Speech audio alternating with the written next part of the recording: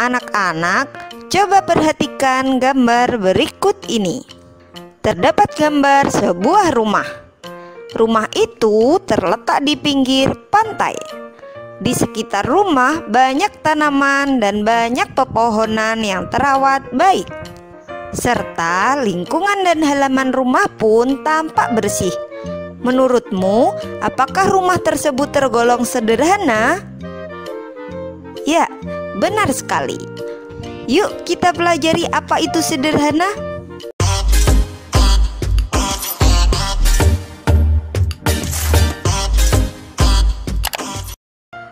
Assalamualaikum warahmatullahi wabarakatuh. Hai anak-anakku yang soleh-solehah, bagaimana kabarnya? Semoga tetap sehat dan selalu semangat. Sebelum mulai, mari kita berdoa terlebih dahulu. Bismillahirrahmanirrahim. Rabbi zidni ilma warzuqni fahma.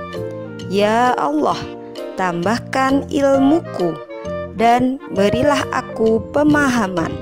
Amin. Anak-anak, kali ini kita akan mempelajari tentang perilaku hidup sederhana.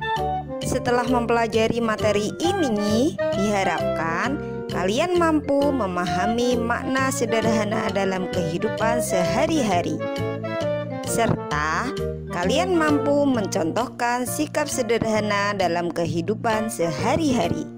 Nah, anak-anak, sekarang kita akan membahas pengertian hidup sederhana. Apa sih arti hidup sederhana? Menurut Kamus Besar Bahasa Indonesia, bahwa sederhana artinya bersahaja atau tidak berlebih-lebihan. Nah, ini termasuk kata sifat ya. Jadi, kita dapat menunjukkannya dalam kehidupan sehari-hari.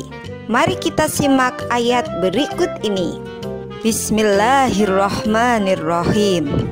Walladzina idza anfaqu lam yusrifu wa lam yaqturu wa kana baina dzalika qawama. Artinya, dan termasuk hamba-hamba Tuhan yang Maha Pengasih, orang-orang yang membelanjakan hartanya, mereka tidak berlebihan dan tidak pula kikir di antara keduanya secara wajar. Quran Surat Al-Furqan ayat 67. Nah, anak-anak, dari ayat tersebut kita dapat mengetahui bahwa ciri-ciri hidup sederhana adalah: 1. Tidak berlebihan atau boros. 2. Tidak kikir. Jadi, hidup di antara keduanya. Berlebihan artinya tidak wajar atau aneh-aneh. Misalnya, membeli barang yang sangat banyak, tetapi sebenarnya tidak diperlukan. Sedangkan kikir artinya terlampau hemat atau pelit.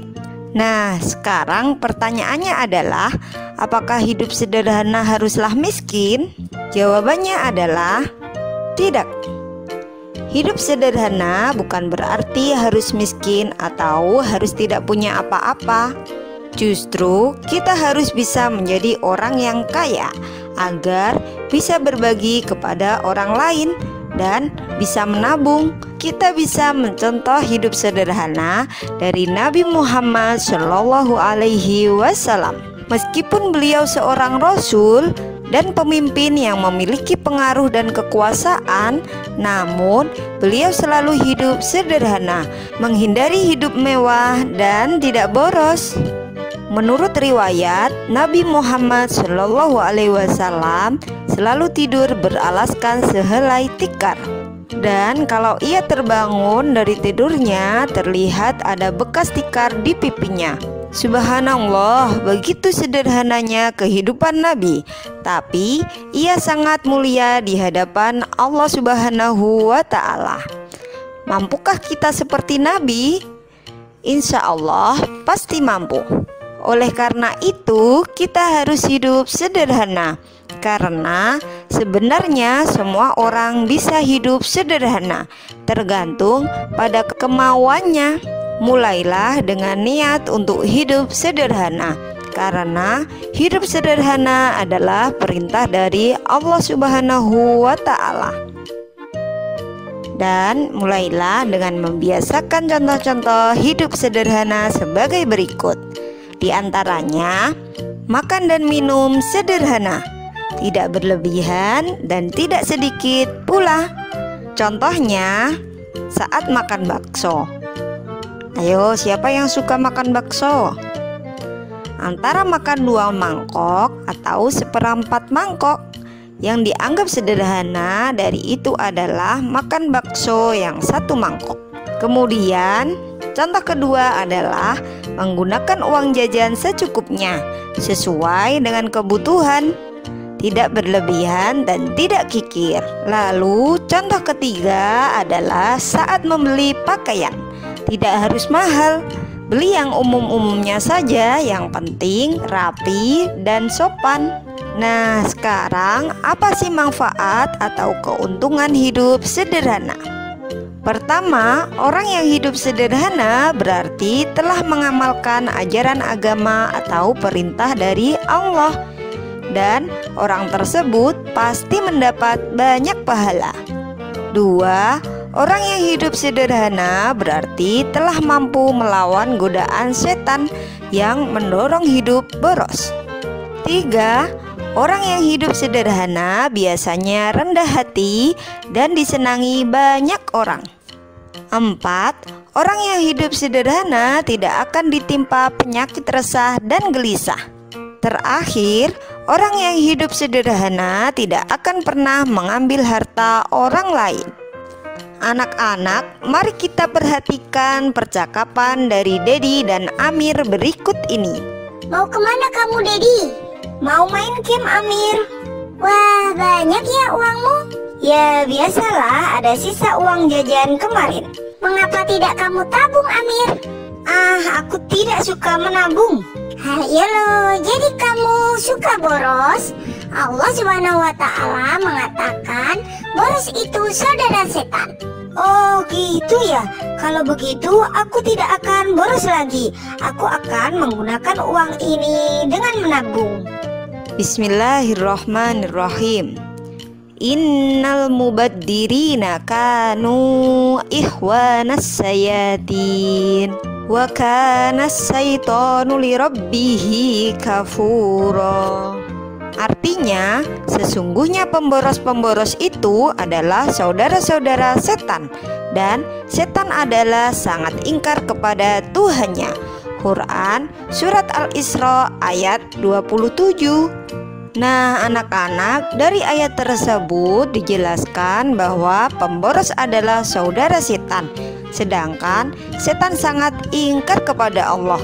Berarti orang yang suka boros adalah orang yang ingkar kepada Allah.